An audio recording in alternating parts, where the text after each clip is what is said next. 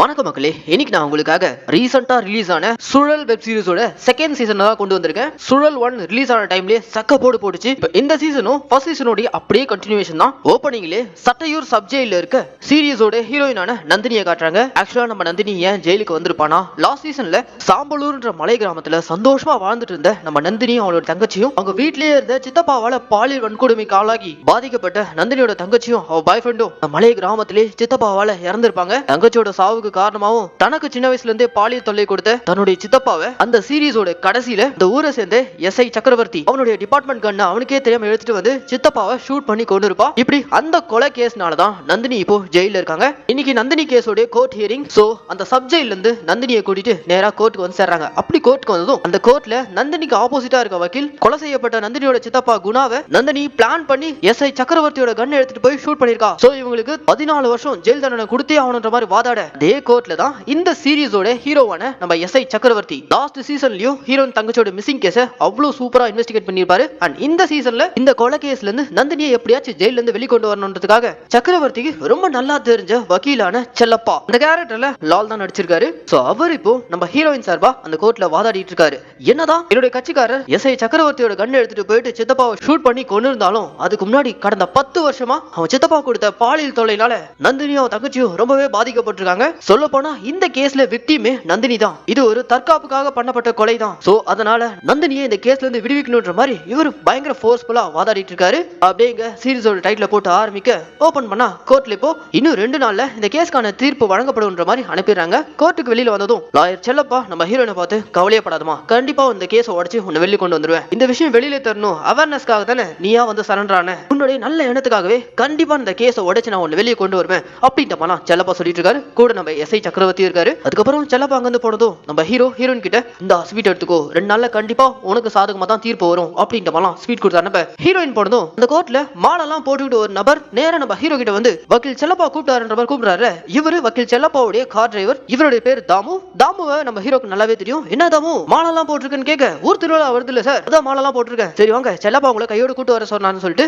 அடுத்த சீன்ல நம்ம ஹீரோ செல்லப்பா கார்ல இப்போ அவங்க ஊரை நோக்கி தான் போயிட்டு இருக்காங்க. ஆக்சுவலா நம்ம ஹீரோக்கு இந்த லாயர் செல்லப்பான்றவர் சின்ன வயசுல இருந்தே நல்லா தெரியும். சொல்ல போனா இவனுக்கு ஒரு அப்பா மாதிரி. சின்ன வயசுல இவங்க அப்பா அவங்க அப்பாவும் க்ளோஸ் ஃப்ரெண்ட்ஸா இருந்திருப்பாங்க. நம்ம ஹீரோட அப்பா இறந்ததுக்கு அப்புறம் செல்லப்பா தான் நம்ம ஹீரோவை பொறுப்பா வளர்த்திருப்பாரு. இப்ப செல்லப்பா நம்ம ஹீரோவை கூட்டிட்டு காயல்பட்டின்ற கடலோர பகுதியில் இருக்க ஊர்ல திருவிழாவுடைய முதல் நாள் இன்னைக்கு கொடியேற்றம். சோ அதுக்காக தான் நம்ம ஹீரோவை கூட்டு போயிட்டு இருக்காங்க. போன சீசன்ல மயான கொள்ளை, இந்த சீசன்ல காயல்பட்டியோட 10 நாள் பெருந்திருவிழா. கொடியேற்றமுடைய முதல் நாள் நைட் அன்னைக்கு வக்கீல் செல்லப்பா அவங்க மனைவி கூட நம்ம ஹீரோ இவங்க எல்லாரும் இப்போ அந்த திருவிழாக்கு தான் போயிட்டு இருக்காங்க. அதே திருவிழால அந்த ஊரை சேர்ந்த இன்ஸ்பெக்டர் மூர்த்தி பருத்தி வீரன் சித்தப்பா தான் அந்த கேரக்டர்ல நடிச்சிருக்காரு. ஒரு பக்கம் அவங்க டீமோட பாதுகாப்பு பணியில் ஈடுபட்டு இருக்க கோயில் திருவிழால வக்கீல் செல்லப்பாக்குன்னு ஒரு நல்ல பேர் இருக்கு. அவருக்கு இந்த பரிவட்டம் எல்லாம் கட்டி முதல் மரியாதை எல்லாம் கொடுத்துட்டு இருக்காங்க. ஏன்னா அந்த ஊரை பொறுத்த வரைக்கும் செல்லப்பா ரொம்ப ரொம்ப நல்ல மனுஷன், ஊருக்காக வாதாடக்கூடிய ஒரு நல்ல வக்கீல். அந்த கோயில் திருவிழால அவருக்கான மரியாதை அங்க செலுத்திட்டு இருக்கும்போது ஒரு பக்கம் பாத்தீங்கன்னா அந்த ஊருடைய பெரிய மனுஷங்களுக்குள்ள ஒரே பிரச்சனையா போயிட்டு இருக்கு. என்ன ஏதுன்னு வக்கீல் போய் பாக்குறாரு. அப்புறம் தான் தெரிய வருது அந்த ஊர் தலைவரான திருவேங்கடம், ஊருடைய எம்எல்ஏவான மூர்கன், மீனவ கூட்டத்துடைய தலைவரான பெர்னாண்டஸ், இவங்க 3 பேருக்குள்ளயும் திருவிழா கான்ட்ராக்ட் மூலமா வரக்கூடிய பணம் யாருக்குன்னு சொல்லிட்டு சண்டை போட்டுட்டு இருக்காங்க.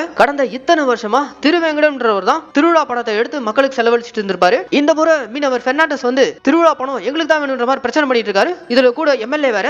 அந்த பஞ்சாயத்தை நம்ம வக்கீல் செல்லப்பா தான் போய் தீர்த்து வைக்கிறாரு. இங்க பாருங்க, திருவிழா பணம் உங்க 3 பேருக்கும் சமமா பிரிச்சு கொடுக்கப்படும். ஒருத்தர் எல்லாம் மொத்த பணத்தையும் அனுபவிக்க முடியாது. இல்ல ஏதாவது பிரச்சனை பண்ணீங்க திருவிழாவே நடக்காதபடி கோர்ட்ல நான் ஸ்டே வாங்கிடுவேன் அப்படிங்கிற மாதிரி 3 பேரும் மிரட்டிட்டு அங்க இருந்து கிளம்புறாரு. டேகட் பண்ணா அடுத்த சீன்ல நம்ம ஹீரோ வக்கீல் செல்லப்பாவுடைய வீட்டுக்கு தான் டின்னர் சாப்பிட போயிருக்கோம். அங்க போன இடத்துல அப்படியே சாப்பிட்டுட்டு பேசிட்டு இருக்கும்போது வக்கீல் செல்லப்பா என்னதான் வெளியில அவ்வளவு பெரிய ஆளா இருந்தாலும் வீட்டுக்குள்ள அவருடைய மனைவிக்கு எல்லா உதவியும் செய்யக்கூடிய ஒரு நல்ல ஹஸ்பண்டா இருக்காரு. அண்ட் இப்போ அந்த வீட்டுக்கு இவருடைய ஒரே பையனான சுந்தரம் யூனிஃபார்மோட வரான். எஸ், இவன் பக்கத்துல ஹார்பர்ல தான் வேலை பார்த்துட்டு இருக்கானா. சுந்தரமும் நம்ம ஹீரோவும் சின்ன வயசுல ஃப்ரெண்ட்ஸா இருந்திருப்பாங்க. சுந்தரம் அவங்க அப்பா கிட்ட சரியா பேசிக்கிறது இல்ல, சின்ன ப்ராப்ளம்னால அவங்களுக்குள்ள பேச்சுவார்த்தையே கிடையாது. அப்படியே பேசிக்கிட்டே சாப்பிட்டுட்டு இருக்கும் போதே வக்கீல் செல்லப்பாக்கு அந்த ஊர்லயே ஸ்கூல் வச்சு நடத்திட்டு இருக்க பிரேமாவதின்ற ஒரு லேடி கிட்ட இருந்து ஒரு கால் வருது. அந்த கால் வந்ததும் நம்ம ஹீரோவை தனியா கூப்பிட்டு, நான் நைட்டு பீச் ஓரமா இருக்க எங்க காட்டேஜ்ல போய் தங்க போறேன், காலையில நம்ம காட்டேஜுக்கு நீ வந்து சக்கர பீச் ஓரமா மார்னிங் சன்ரைஸ் எல்லாம் பார்க்க ரொம்ப நல்லா இருக்கும் அப்படின்ற மாதிரிலாம் சொல்லிட்டு அவர் போக கட் பண்ணா அடுத்த சீன்ல சப்ஜெயில இருக்க நம்ம ஹீரோயின் அவங்களால இன்னும் அந்த பழைய டிராமால இருந்து வெளியே வர முடியாம ரொம்ப தவிச்சிட்டு இருக்காங்க. தூக்கம் வராம ரொம்ப கஷ்டப்பட்டு இருக்காங்க. கட் பண்ணா அடுத்த நாள் காலையிலே நம்ம ஹீரோ காட்டேஜ்ல இருக்க செல்லப்பாவை பாக்குறதுக்காக கிளம்பும்போது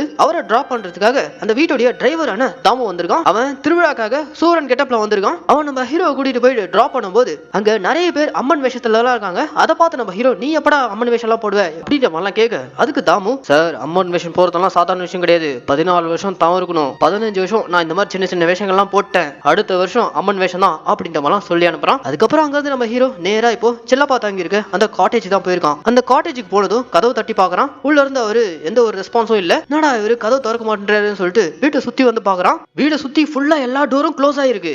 நம்ம ஹீரோ அந்த வீட்டோட ஒரு விண்டோ பிரேக் பண்ணிட்டு ஒரு சின்ன கேப் வழியா பார்த்தா உள்ளுக்குள்ள செல்லப்பா சூசைட் பண்ணிட்டு இறந்திருக்காரு. அவ்வளவுதான். இதை பார்த்தது நம்ம ஹீரோக்கு கையும் இல்ல காலும் இல்ல. உடனே இப்போ அந்த ஊருடைய இன்ஸ்பெக்டரான மூர்த்திக்கு கால் பண்ணி விஷயத்த சொன்னதும் போலீஸ் டீம் இப்போ சம்பவம் நடந்த அந்த ஸ்பாட்க்கு வந்து பாக்குறாங்க. மூர்த்தி அங்க நம்ம ஹீரோ கிட்ட வீடு பூட்டப்பட்டிருக்கு, உள்ளுக்குள்ள செல்லப்பா செத்து கிடக்காரா, கண்டிப்பா அது தற்கொலை தான், பாவம் நல்ல மனுஷன், என்ன பிரச்சனையோ தெரியல, சரி முதல்ல கதவை உடைப்போன்ட்டு கதவை உடைச்சிட்டு உள்ளுக்குள்ள வந்து பாக்குறாங்க. அப்படி உள்ள வந்து பார்க்கும்போது தான் இது தற்கொலை இல்ல கொலைன்னு தெரிய வருது. ஏன்னா ஒரு ஷூட் பண்ணி செத்த மாதிரியான பொசிஷன்ல தான் இருக்காரு. ஆனா அவர் கையில கன் இல்ல. சோ கன் மிஸ்ஸிங். யாரோ ஷூட் பண்ணி போட்டு கன்னை கொண்டு போயிருக்காங்க. ஆனா என்ன பிரச்சனைனா போலீஸ்காரங்களே கதவை உடைச்சு தான் உள்ளுக்குள்ள வந்திருக்காங்க. வீட்டுக்குள்ள வரதுக்கு வேற எந்த வழியும் இல்ல. வீடு ஃபுல்லா க்ளோஸ் பண்ணப்பட்டிருந்துச்சு. அப்புறம் எப்படி கொலைகாரன் கொலை பண்ணிட்டு வீட்டை விட்டு வெளியேறி இருக்க முடியும்? இப்படி ஒரு குழப்பமான கேள்வியோட இந்த கேஸ் நகர சம்பவம் நடந்த ஸ்பாட்டுக்கு டிஐஜியும் வந்திருக்காரு. அவர் நம்ம ஹீரோவை தனியா கூப்பிட்டு சாம்பலூர் கேஸை சக்சஸ்ஃபுல்லா நீங்க தானே கம்ப்ளீட் பண்ணீங்க, சரி இந்த மர்டர் கேஸையும் நீங்க தான் டீல் பண்றீங்க, உங்களுக்கு ஹெல்ப்பா இன்ஸ்பெக்டர் மூர்த்தியை வச்சுக்கோங்க, கூடிய சீக்கிரம் கில்லர் யாருன்னு கண்டுபிடிங்க அப்படின்ற மாதிரி டிஐஜி சொல்லிட்டு போயிறாரு. முடிஞ்ச அளவுக்கு இந்த விஷயம் வெளியில லீக் ஆகாத மாதிரி பாத்துக்கணும்ன்ற மாதிரி இந்த விஷயம் இன்னும் வெளியில ரிவீல் பண்ணாம ஹீரோனுடைய இன்வெஸ்டிகேஷன் ஆரம்பிச்சிடறான். ஃபாரன்சிக் டீம் வந்து ஒரு பக்கம் எவிடன்ஸ் கலெக்ட் பண்ணிட்டு இருக்காங்க. இது ஒரு பக்கம் நடந்துட்டு இருக்கும்போதே ஸ்பாட்ல இருந்து போன டிஐஜி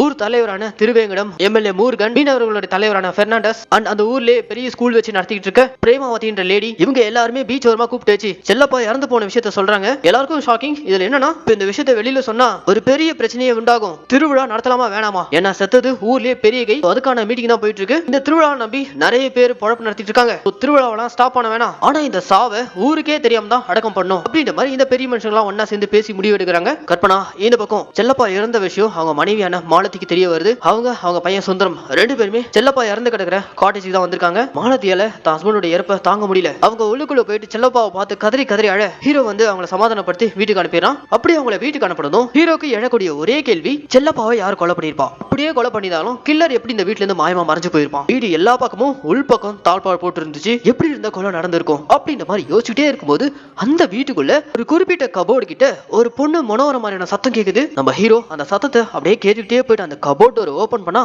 உள்ளுக்குள்ள கையில கன்னோட ஒரு பொண்ணு உட்கார்ந்துட்டு இருக்கா. இப்படி ஒரு பங்கமான ட்விஸ்டோட எபிசோட் 1 முடிக்கிறாங்க. எபிசோட் 2 ஓட ஆரம்பத்திலே ஃபாரன்சிக் டீமை சேர்ந்தவன் நம்ம ஹீரோ கிட்ட வந்து இந்த கேஸ் சம்பந்தமா தான் பேசிட்டு இருக்கான். என்ன சார், வீட்டுக்குள்ளே கையில கன்னோட ஒரு பொண்ணு மாட்டிருக்கா, அவ்வளவுதான், அவங்க தான் மர்டர் பண்ணிருப்பாங்க, கேஸ் உங்களுக்கு ஈஸியா க்ளோஸ் ஆயிடுச்சு சார் அப்படின்ற மாதிரிலாம் அந்த நபர் கேட்க அந்த இடத்துல நம்ம ஹீரோ அவ்வளவு ஈஸியா இந்த கேஸ் க்ளோஸ் ஆகிற மாதிரி தெரியல. ஏன்னா கபோர்டுக்குள்ள கன்னும் கையுமா இருந்த அந்த பொண்ணு அந்த கபோர்டு வெளிப்பக்கமா தாழ்பால் போட்டு இருந்துச்சு. சோ கொலை பண்ணிட்டு அவங்களே உள்ள போய் ஒளிஞ்சுக்கிட்டு வெளிப்பக்கமா தாழ்பால் போட வாய்ப்பே இல்ல. சோ இந்த மர்டரை இந்த பொண்ணு தனியா பண்ணல, இதுக்கு பின்னாடி வேற யாரோ இருக்காங்க, போக போக இந்த கேஸ் காம்ப்ளிகேட் ஆயிட்டே இருக்கும் போல இருக்கு அப்படின்ற மாதிரிலாம் நம்ம ஹீரோ அந்த ஃபாரன்சிக் டீம் காரங்கிட்ட பேசிட்டு அடுத்த சீன்ல இப்போ காலேஜுக்குள்ள கைது செய்யப்பட்ட அந்த பொண்ணை ஜெயில அடைச்சு வச்சிருக்காங்க. அவகிட்ட போய் விசாரணை நடத்துறாரு.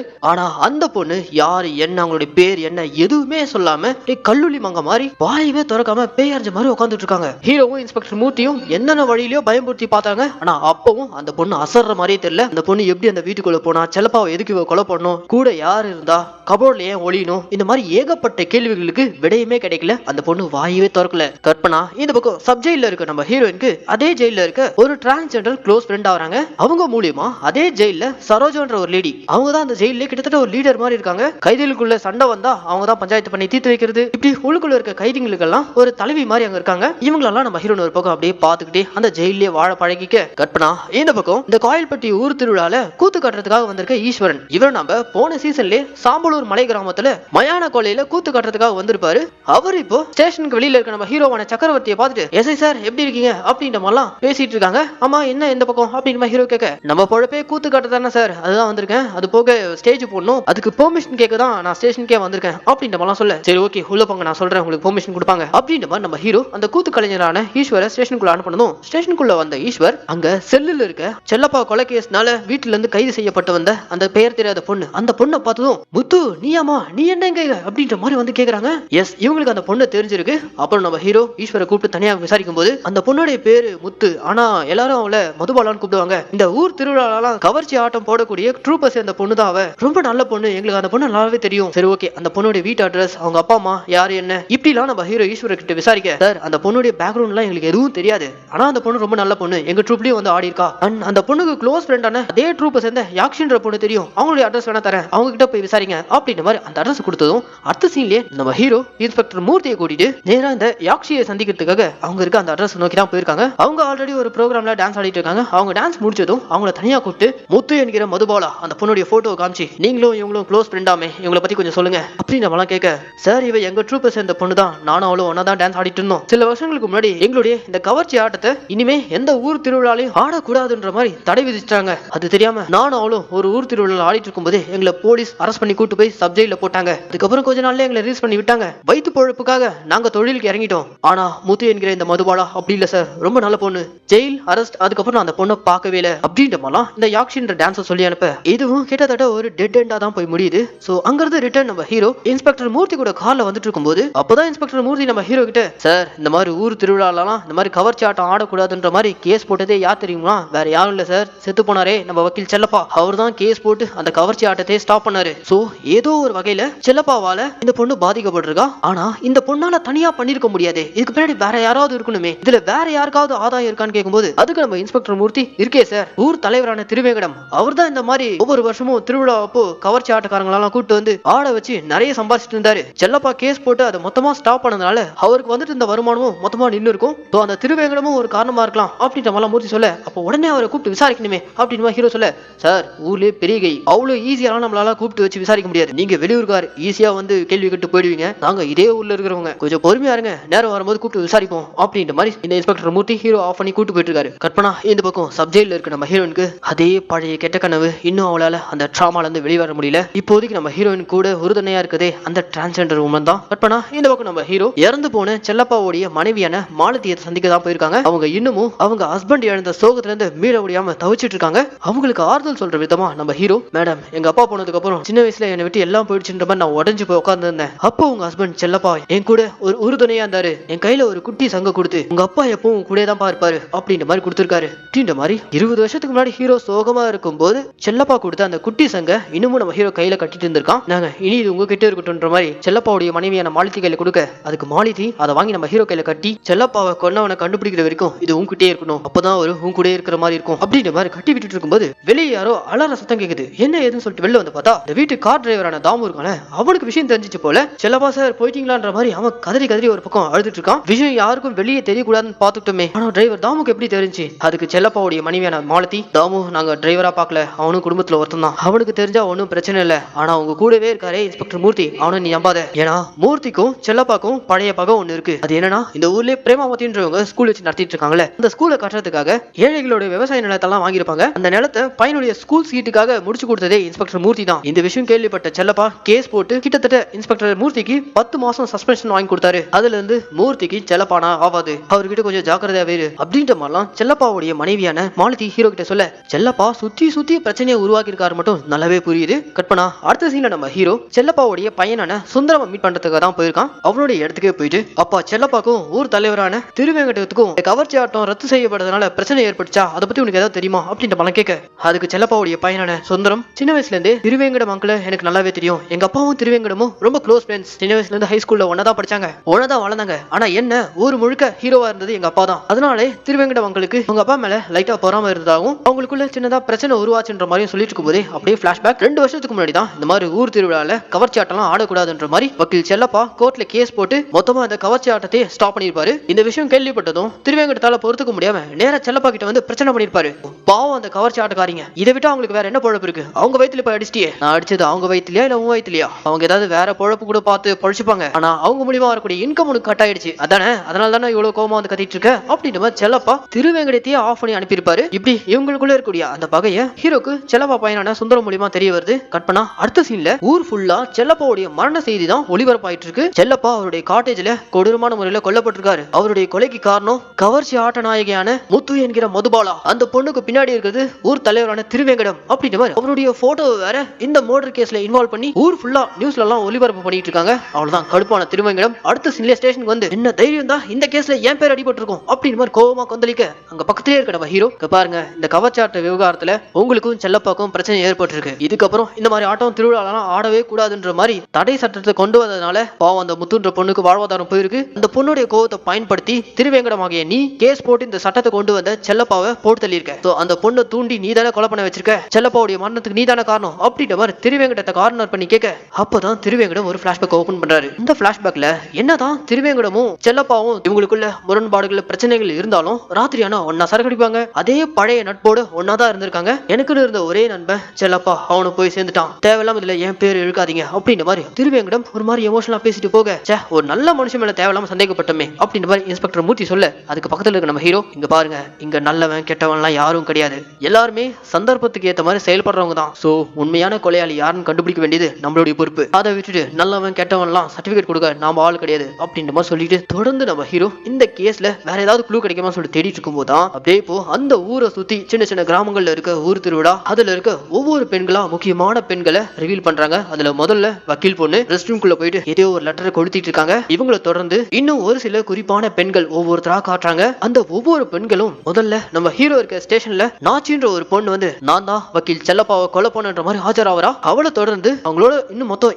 7 பெண்களான உப்பி, உலகு, சந்தனம், காந்தாரி, வீரா அண்ட் செண்பகம் மொத்தம் 7 பெண்கள் இந்த ஊரை சுத்தி இருக்கிற ஒவ்வொரு ஸ்டேஷனுக்கு வந்து செல்லப்பாவை நான் தான் கொலை பண்ணேன் அப்படின்ற மாதிரி வந்து ஆஜராவறாங்க. ஆரம்பத்திலே இந்த கேஸ்ல அரெஸ்ட் ஆயிருக்க முத்து என்கிற மதுபாலான்ற அந்த பொண்ணோட கிட்டத்தட்ட 8 பெண்கள் செல்லப்பாவை நான் தான் கொலை பண்ணேன் அப்படின்ற மாதிரி வந்து டைரக்டா ஸ்டேஷனுக்கே வந்து ஆஜராயிருக்காங்க. இப்படி ஒரு திருப்பத்தை யாருமே எதிர்பார்க்கல. உண்மையிலே வக்கீல் செல்லப்பாவை யார் தான் கொலை பண்ணா, இந்த 8 பெண்களுக்கும் செல்லப்பாக்கும் என்ன தொடர்பு இருக்கு, இப்படி ஏகப்பட்ட கேள்விகளோட எபிசோட் 2 இங்க முடிக்கிறாங்க. எபிசோட் 3யோட ஆரம்பத்திலே தானா முன் வந்து நான் தான் செல்லப்பாவை கொலை பண்ணன்ட்டு லாஸ்ட் எபிசோட் எண்ட்ல கிட்டத்தட்ட ஒரு 7 பெண்கள் ஸ்டேஷனுக்கு வந்து ஆஜரானவங்கல அந்த பொண்ணுங்களை தான் ஒவ்வொருத்தரா நம்ம ஹீரோ விசாரிச்சுட்டு இருக்காரு. அதுல ஹீரோ இருக்க அந்த ஸ்டேஷன்ல ஃபர்ஸ்ட் வந்து ஆஜரான நாச்சின்ற அந்த பொண்ணு அவளை உட்கார வச்சு சொல்லுமா என்ன நடந்துச்சுன்னு கேட்கும்போது அந்த பொண்ணு இப்ப பேச ஆரம்பிக்கிறா. அஷ்டவள்ளி திருவிழாவுடைய முதல் நாள் அன்னைக்கு நைட் தான் செல்லப்பா அவருடைய காட்டேஜ்ல இருக்கிறதா தெரிய வந்து நான் அவரை மீட் பண்றதுக்காக காட்டேஜ்க்கு போயிருந்தேன் அப்படின்ற மாதிரி இந்த பொண்ணு சொல்ல அப்படியே பிளாஷ்பேக். காட்டேஜ்ல செல்லப்பா தனியா இருக்கும்போது அவரை சந்திக்கிறதுக்காக நாச்சின்ற இந்த பொண்ணு போயிருக்கா. அப்படி உள்ளுக்குள்ள போனதும்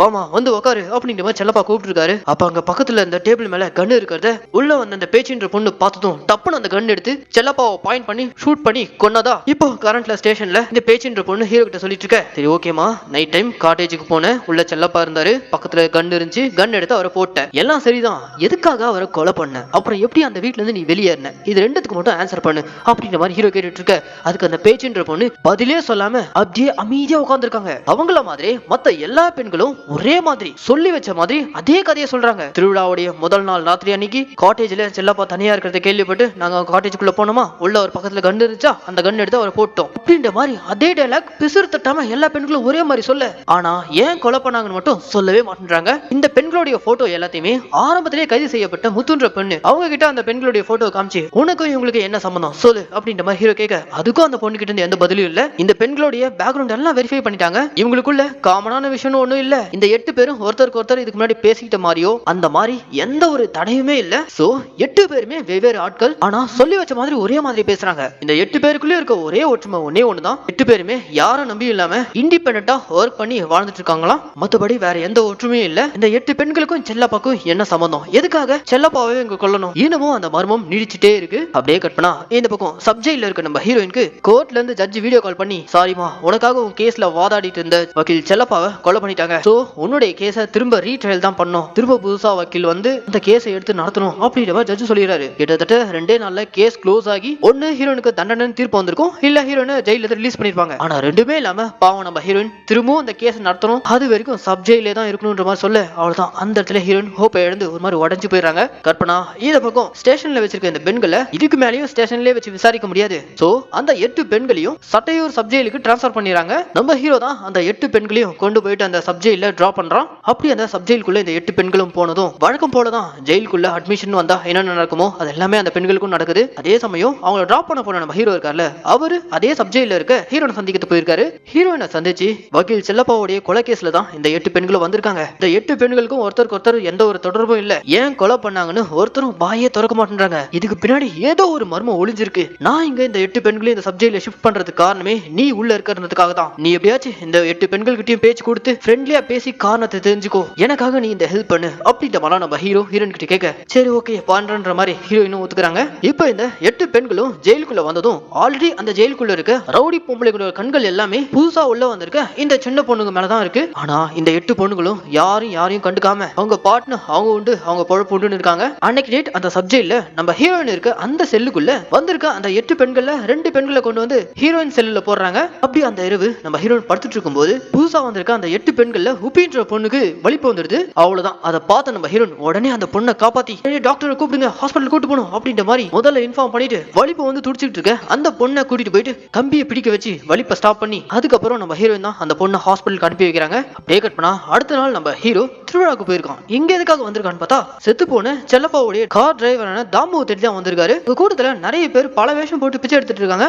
இன்னைக்கு நடந்துட்டு இருக்க அந்த திருவிழா பேரே பிச்சை திருவிழா தான். அப்படி அந்த பிச்சை திருவிழால தாமுன்ற அந்த டிரைவர் வக்கீல் வேஷம் போட்டு பிச்சை எடுத்துட்டு இருக்கான். அவனை பிடிச்சி நம்ம ஹீரோ ஆரம்பத்துல நீ சூரன் வேஷம் தானே போட்டிருந்த, இப்ப என்ன இந்த வேஷம் மாறி இருக்க, இது எல்லாமே ஐயா செல்லப்பாக்காக தான். சரிவா இன்னைக்கு செல்லப்பா சாரை அடக்கம் பண்ணும், ஆனா அவங்க பையன் சுந்தரத்தை ஆளை காணும், எங்க இருப்பான்னு உனக்கு தெரியுமா, எனக்கு தெரியும் சார் வாங்க சார் போலாம் அப்படின்ற மாதிரி டிரைவர் தாமு நம்ம ஹீரோ கூட கிளம்ப கார்ல போயிட்டு இருக்கும்போது நம்ம ஹீரோ தாமு பார்த்து கேட்கிறாரு ஏன்பா இந்த மொட்டை வெயில இதெல்லாம் தேவையா அப்படின்னு போது சார் இதெல்லாம் இந்த ஊருடைய ஐதீகம் சார், இந்த மாதிரி வேஷம் கட்டி பிச்சை எடுத்தா தான் தான்ற அகங்காரம் போகும், திருவிழாவுடைய கடைசி நாள் அன்னைக்கு கடல்ல மூழ்கி வேஷத்தை கழிக்கும் போது நமக்குள்ள இருந்த கோபம் குரோதம் குற்ற உணர்ச்சி அகங்காரம் இது எல்லாமே அப்படியே அந்த வேஷத்தோட தண்ணியோட தண்ணியா கரைஞ்சு போயிடும் அப்படின்ற மாதிரிலாம் டிரைவர் தாமு அந்த பிச்சை திருவிழாவை பத்தி சொல்லிட்டு போயிட்டு இருக்கான். அதுக்கப்புறம் இவங்க ஒரு பாழஞ்சு போன இடத்துல வச்சு செல்லப்பாவுடைய பையனை சுந்தரத்தை தேடி கண்டுபிடிக்கிறாங்க. அவரு அவங்க அப்பா இறந்து போன அந்த சோகத்துல ஃபுல்லா குடிச்சிட்டு ஒரு இடத்துல உட்காந்துட்டு இருக்கான். கடைசி வரைக்கும் என்னால எங்க அப்பா கிட்ட பேச முடியாமலே போயிடுச்சு அப்படின்ற மாதிரி அவன் கதறி ஃபீல் பண்ணியால ஹீரோ அவனை கூட்டிட்டு செல்லப்பாவுக்கான இறுதி அஞ்சலி செலுத்துறதுக்காக தான் போயிருக்காங்க. ஊரே கூடி எடுக்க வேண்டிய இந்த சாவை ஊர் திருவிழான்றதுனால ஊருக்கே தெரியாம கடலோரமா ஒரு இடத்துல வச்சு முக்கியமான ஆட்களை வச்சு மட்டும் அவருக்கான இறுதி அஞ்சலி அங்க நடந்துட்டு இருக்கு. கொல்லி போறதுக்காக அவங்க பையன் சுந்தரம் ஒரு கையில தான் தீப்பந்தம் கொடுத்திருக்காங்க. ஆனா அவர் அப்படியே தட்டி தடுமாறி அப்பா இறந்த சோகத்துல இருந்து மீள முடியாம இருக்கும்போது அப்பா அவருக்கு தாங்கி பிடிக்கிற கையா கோயில் திருவிழால வேஷம் கட்டிட்டு இருந்த அவங்க வீட்டு டிரைவரான தாமு அந்த காப்பு எல்லாத்தையும் கட்டிட்டு வந்து கூட நின்று அந்த சாங்கி எல்லாம் செஞ்சு முடிக்கிறான். அப்படியே கட் பண்ணா இந்த பக்கம் சப் ஜெயில புதுசா வந்திருக்க அந்த 8 பெண்கள் மேல ஆல்ரெடி அதே ஜெயில இருக்க ஒரு ரவுடி பொம்பளைக்கு கண்ணு இருக்கு.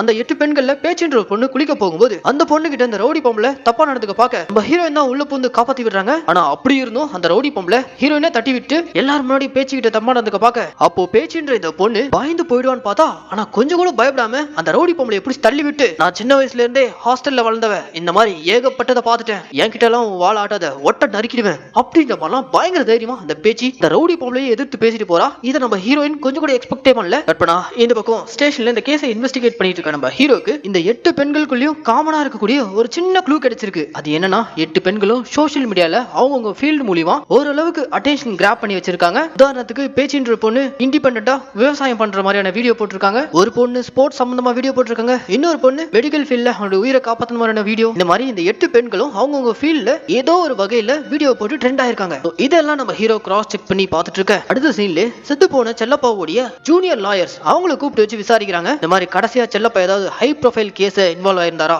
அதுக்கு இந்த ஜூனியர் லாயர்ஸ் பிரைவேட் கேஸை பத்தி நாங்க எதுவும் வெளியில சொல்லக்கூடாது, நாங்க கேட்டது பிரைவேட் கேஸ் கிடையாது பப்ளிக் கேஸ், அதை பத்தி சொல்லுங்க அப்படின்னு நம்ம ஹீரோ கேட்க ஆமா கடந்த 10 வருஷமா ஒரு பெரிய பப்ளிக் கேஸ்ல செல்லப்பா இன்வால்வ் ஆயிருந்தாரு, இந்த கேஸ பத்தின டீடைல்ஸ் எங்களுக்கே பெருசா தெரியாது, அது சம்பந்தப்பட்ட டாக்குமெண்ட்ஸ் எல்லாமே அவருடைய லேப்டாப்ல தான் இருக்கு அப்படின்ற மாதிரி அந்த ஜூனியர் சொல்ல ஜூனியர்ஸ் இந்த மாதிரி இன்ஃபர்மேஷன் கொடுத்துட்டு இருக்கும்போதே பிரேமாவதி மேடம் உடைய அந்த ஸ்கூல் விவகாரம் அதை பத்தி நம்ம சொல்லவே இல்லையே அப்படின்ற மாதிரி ஜூனியர் ஸ்கூல்லே பேசிக்க ஓகே அடுத்து நாங்க அவங்கள தான் விசாரிக்க போறோம்னு சொல்லிட்டு அடுத்த சீன்ல நம்ம ஹீரோ இன்ஸ்பெக்டர் மூர்த்தியை கூட்டிட்டு பிரேமாவதியோட ஸ்கூலுக்கு தான் போயிருக்காங்க. அந்த ஸ்கூல்ல தான் இன்ஸ்பெக்டர் மூர்த்தியோட பையன் படிச்சிட்டு இருக்கான். இந்த ஸ்கூல்ல பணக்கார வீட்டு பசங்களுக்கு தான் சீட்டு, பணக்கார வீட்டு பசங்களோட பசங்களா இருக்க இவங்க பையன் அப்பா ஸ்கூலுக்கு வந்திருக்காருன்னு பார்த்தும் கண்டு காணாம இருக்கான். அதனால பாவம் நம்ம மூர்த்தி அங்க எமோஷன் ஆக சரி வாங்க மூர்த்தி வந்த வேலையை பாப்போம்ட்டு நம்ம ஹீரோ இன்ஸ்பெக்டர் மூர்த்தியை கூட்டிட்டு அந்த ஸ்கூலோட ஃபவுண்டரான பிரேமாவதியை போய் மீட் பண்றாங்க. அவங்கள போய் பார்த்ததும் நம்ம ஹீரோ அந்த 8 பெண்களுடைய போட்டோவை காமிச்சு இந்த பெண்கள் எல்லாம் இதுக்கு முன்னாடி உங்க ஸ்கூல்ல படிச்ச அலுமினிஸா அப்படின்ற மாதிரி அந்த போட்டோவை காமிச்சு கேட்க ஒரு செகண்ட் அந்த பெண்களுடைய போட்டோவை பிரேமாவதி பார்த்ததும் அவங்களுக்குள்ள ஒரு விதமான ஷாக் இருந்தாலும் அதை அவங்க வெளியில காட்டிக்கல.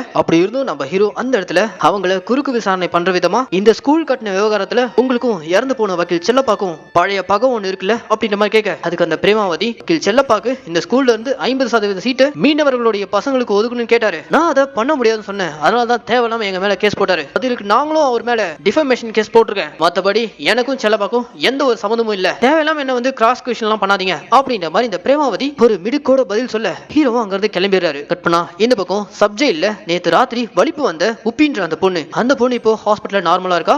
அவங்கள பார்த்து பேசுறதுக்காக ஹீரோயின் போயிருக்காங்க. ரெண்டு பேரும் ஹேண்ட் ஷேக் பண்ணி ஃப்ரெண்ட்ஸ் ஆயிடுறாங்க. அதுக்கப்புறம் நம்ம ஹீரோயின் அந்த சப்ஜெயில்ல இருக்க இவங்க கூட அரெஸ்ட் ஆன அந்த மத்த பெண்கள் அவங்க கிட்ட எல்லாம் பேசி ஃப்ரெண்ட் ஆகலான்னு போனா மத்த பெண்கள் எல்லாமே ஒரு மாதிரி ரகடா இருக்காங்க. உங்களுக்கு ஏதாவது உதவி என்ன கேளுங்க, நான் செய்யறேன் அப்படின்ற மாதிரி ஹீரோயினே முன் வந்து கேட்க, நான்லாம் ஹாஸ்டல்லே வளர்ந்தவ, இந்த வேலை செய்யறதுலாம் எனக்கு ஒரு பிரச்சனையும் இல்ல அப்படின்ற மாதிரி அசால்ட்டா எடுத்துக்கிறாங்க. சோ இந்த பெண்கள் எல்லாருமே ஹாஸ்டல்லே வளர்ந்துருக்காங்கன்னு மட்டும் ஹீரோயினுக்கு அங்க புரிய வருது. கட் பண்ணா இந்த பக்கம் நம்ம ஹீரோ இன்ஸ்பெக்டர் மூர்த்தி கூட சாப்பிட போகும்போது செல்லப்பாவுடைய மனைவியான மாலதி கால் பண்ணி உடனே கூப்பிடுறாங்க. இவரும் உடனே கிளம்பி போறாரு. எதுக்காக கூப்பிட்டுருக்காங்க பார்த்தா செல்லப்பாவுடைய அஸ்தியை கடல்ல கலக்கிறதுக்காக தான் கூப்பிட்டுருக்காங்க. அங்க செல்லப்பாவுடைய பையனான சுந்தரம் அவங்க அம்மா கிட்ட கத்திக்கிட்டு இருக்கான், என்னதான் இருந்தாலும் நீங்க இப்போ தாமையும் கூப்பிட்டுருக்கணும், அவன் நம்ம குடும்பத்துல டிரைவர் மாதிரியா இருக்கான், அவனும் நம்ம குடும்பத்துல ஒருத்த மாதிரி தான் அப்படின்ற மாதிரிலாம் சுந்தரம் அவங்க அம்மா கிட்ட கத்திக்கிட்டே போயிட்டு அஸ்தியை கரைச்சிக்கிட்டு இருக்கான். இதை பார்த்துட்டு இருக்க நம்ம ஹீரோ எப்பவுமே சுந்தரம் இப்படிதான் கோவப்படுவானான்ற மாதிரி கேட்க, அதுக்கு மாலதி என்ன சொல்றாங்கன்னா, இல்ல நான் தான் தப்பு பண்ணிட்டேன், அஸ்தி கரைக்கும் போது டிரைவர் சுந்தரத்தையும் நான் கூப்பிட்டுருக்கணும், நேத்து இறுதி சடங்கு அப்போ சுந்தரத்தால முடியாம இருக்கிறத பார்த்துட்டு இதை புரிஞ்சுக்கிட்ட டிரைவர் தாமு திருவிழாக்காக காப்பு காட்டியிருந்தான், வேஷம் போட்டுருந்தான், எல்லாத்தையும் கொஞ்சம் கூட யோசிக்காம கழட்டி போட்டு சுந்தரத்து கூட நின்று எல்லா சடங்கையும் பண்ணான். யாரா இருந்தாலும் அதை பண்ணிருக்க மாட்டாங்க, ஏன்னா கிட்டத்தட்ட அவன் 15 வருஷமா காப்பு கட்டி வேஷம் கட்டிட்டு இருக்கான். அடுத்த வருஷம் ஊர் திருவிழா அப்போ அவனுக்கு 16 வருஷம் ஆயிடுது, அம்மன் வேஷமே போட்டிருப்பான், அதுதான் அவனுடைய கனவே. ஆனா நேத்து அவனுடைய அந்த 16 வருஷம் தவத்தை மொத்தமா கலைக்கிற விதமா திருவிழா முடியறதுக்கு முன்னாடியே காப்பை கழட்டிட்டு சுந்தரத்து கூட நின்று எல்லா சடங்கையும் பண்ணான். யாருமே அதை பண்ணிருக்க மாட்டாங்க, அவனே எங்க குடும்பத்துல ஒரு பையன் மாதிரி தான் அப்படின்ற மாதிரிலாம் இவங்க எமோஷனா சொல்ல, இதெல்லாம் கேட்டதுமே நம்ம ஹீரோக்கு லைட்டா டிரைவர் தாம் மேலே சந்தேகம் வருது.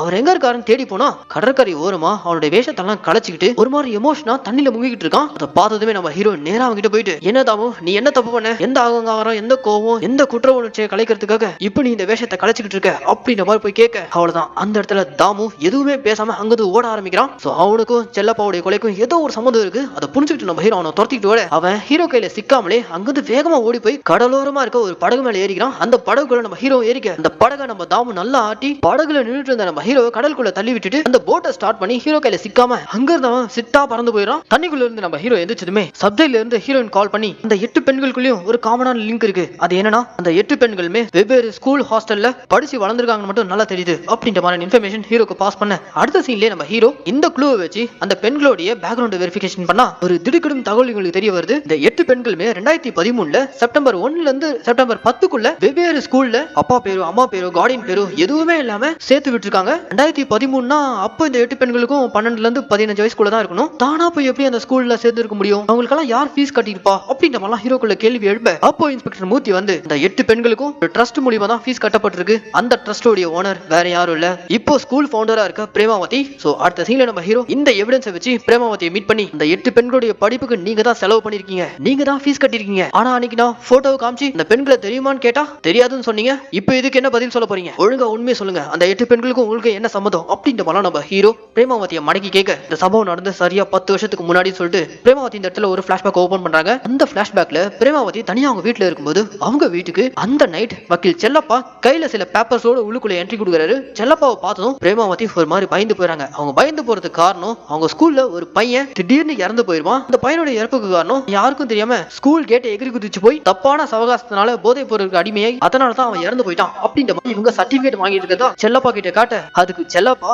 இந்த உருட்டானா நீங்க வெளியில உருட்டிக்கங்க, ஆனா ஒரிஜினல் ரிப்போர்ட் என்ன சொல்லுது தெரியுமா, உங்க ஸ்கூல்ல கொடுத்த ஈவினிங் ஸ்நாக்ஸ் அது எக்ஸ்பைரி ஆன ஸ்நாக்ஸ்னே தெரியாம சப்ளை பண்ணி அந்த பையன் செத்து போயிட்டான். நல்ல வேலை அன்னைக்கு ஸ்போர்ட்ஸ் டேன்றதால மத்த பசங்க எல்லாம் கிரவுண்ட்ல இருந்திருக்காங்க, இந்த பையன் மட்டும் தான் அந்த ஸ்நாக்ஸ் சாப்பிட்டு செத்து போயிருக்கான். இந்த விஷயம் மட்டும் வெளியில தெரிஞ்சா மொத்த ஸ்கூலுக்குமே சீல் வச்சிருவாங்க, அப்படி நான் வெளியில சொல்லக்கூடாதுன்னா எனக்கு சாதமா நீ ஒரு விஷயம் செஞ்சு கொடுக்கணும்னு சொல்லிட்டு அவங்களை கூட்டிட்டு வெளியில வந்து ஒரு வேனை ஓபன் பண்ணி இந்த 8 பெண்களும் சின்ன பொண்ணுங்களா இருக்கும்போது அந்த இரவு செல்லப்பா பிரேமாவதியோட வீட்டுக்கு தான் கூட்டு வந்து உன்னுடைய ஸ்கூலை மூடாம நீ காப்பாத்திக்கணும்னு நினைச்சனா இந்த 8 பெண்களும் மாயமா மறைஞ்சு போகணும், இது கொலை செய்யணுமா அப்படின்ற மாதிரி பிரேமாவதி ஷாக்காக, கொலைலாம் இல்ல, இந்த 8 பெண்களும் வெவ்வேறு இடத்துல வெவ்வேறு ஸ்கூல்ல நீ தான் பிரிச்சு சேர்த்து விடணும், இவங்களுக்குள்ள எந்த ஒரு கனெக்ஷனும் இருக்க கூடாது, இதை நீ செய்யணும், இந்த டீலுக்கு ஒத்துக்கிட்டாதான் உன் ஸ்கூல் உனக்கு மிஞ்சும் அப்படின்ற மாதிரி இவரு செல்லப்பா டீல் போட்டிருக்காரு. அதனாலதான் இந்த பிரேமாவதி அந்த 8 பொண்ணுகளையும் 10 வருஷத்துக்கு முன்னாடி வெவ்வேறு ஸ்கூல் ஹாஸ்டல் அனுப்பி படிக்க வச்சிருந்திருப்பாங்க. இந்த பிளாஷ்பேக்கை சொல்லி முடிச்சதும் அந்த இடத்துல பிரேமாவதி நம்ம ஹீரோவை பார்த்து, ஊருக்கு வேணா செல்லப்பா நல்ல வக்கீலா இருக்கலாம், ஆனா என்ன பொறுத்த வரைக்கும் அவன் அப்படிப்பட்டவனே கிடையாது, இந்த பொண்ணுங்களாம் யாரு என்ன எதுக்காக இப்படி செய்ய சொன்னாரு அதை பத்தியெல்லாம் எனக்கு எதுவும் தெரியாது, என் ஸ்கூலை காப்பாத்தியதுக்காக நான் அன்னைக்கு அப்படி பண்ணேன், ஆனா நீ அன்னைக்கு அந்த பெண்ணுங்களுடைய போட்டோ காமிச்சதும் எனக்குள்ள ஒரு சந்தோஷம், பரவாயில்ல அந்த பொண்ணுங்களாம் ஏதோ ஒரு வகையில என் மூலியமா படிச்சு நல்லா இருக்காங்க, சரி இப்ப அந்த பொண்ணுங்கெல்லாம் சேர்ந்து அரக்கனான அந்த செல்லப்பாவை கொண்டா என்ன தப்பு இருக்கு, சும்மா இது ஒரு கேஸ்னு வந்து என்ன கேள்வி கேட்டுட்டு கேட்டுட்டு இருக்க அப்படிங்கிற மாதிரி பிரேமாவதி கோவமா திட்டிட்டு போக ஹீரோக்குள்ளேயும் அதே கேள்விதான். இவ்வளவு நாள் செல்லப்பாவை தன்னுடைய காட்ஃபாதரா பார்த்துன்னா ஏன் அவர் இப்படி பண்ணணும்? அந்த பொண்ணுங்களுக்கும் அவருக்கும் என்ன சம்பந்தம்? எதுக்காக அந்த 8 பொண்ணுங்களை பிரிச்சு போடணும்? இப்படி பல கேள்விகளோட அந்த திருவிழால அப்படியே கலக்கத்தோட போயிட்டு இருக்க சப்ஜெயில இருக்க நம்ம ஹீரோயினுக்கு உள்ள இருக்க அந்த 8 பொண்ணுங்களும் ஒவ்வொருத்தரா ராத்திரி நேரம் எங்கேயோ நடந்து போற மாதிரி பாக்குறாங்க. யாருக்கும் தெரியாம நம்ம ஹீரோனை ஃபாலோ பண்ணிட்டே போனா அந்த ஜெயிலுக்குள்ளே பழஞ்சு போன ஒரு இடத்துல அந்த 8 பெண்களும் சுத்தி ஒன்னா உட்காந்து ஒப்பாரி வச்சுட்டு இருக்காங்க. இத பார்த்து நம்ம ஹீரோன் அதிர்ச்சியாக இங்க இந்த எபிசோட் 4 முடிக்கிறாங்க. அந்த 8 பெண்களுக்கும் செல்லப்பாக்கும் என்ன சம்பந்தம்? எதனால அவர் பிரிச்சு போட்டாரு? திரும்ப வந்து அந்த 8 பெண்கள் எதுக்காக செல்லப்பாவை கொல்லணும்? உண்மையிலே வக்கீல் செல்லப்பாவை கொல்ல பண்ணது அந்த 8 பெண்கள் தானா? இப்படி பல கேள்விகளுக்கு உங்களுக்கு பதில் தெரியணும்னு ஆசைப்பட்டீங்கன்னா கொஞ்சம் வெயிட் பண்ணுங்க. வீடியோவுடைய லென்த் காரணமா இந்த சீரிஸை நான் 2 பார்ட்டா பிரிச்சிருக்கேன். செகண்ட் பார்ட் கூடிய விரைவில் நம்ம சேனல்ல ரிலீஸ் பண்ணப்படும். இப்படி தொடர்ந்து நல்ல நல்ல வெப் சீரிஸ் நல்ல நல்ல படங்கள் நீங்க பார்க்கணும் ஆசைப்பட்டீங்கன்னா மறக்காம நம்ம தமிழ் மினி தியேட்டர் சப்ஸ்கிரைப் பண்ணிக்கோங்க. கூடவே பெல் ஐகானையும் பிரஸ் பண்ணிக்கோங்க.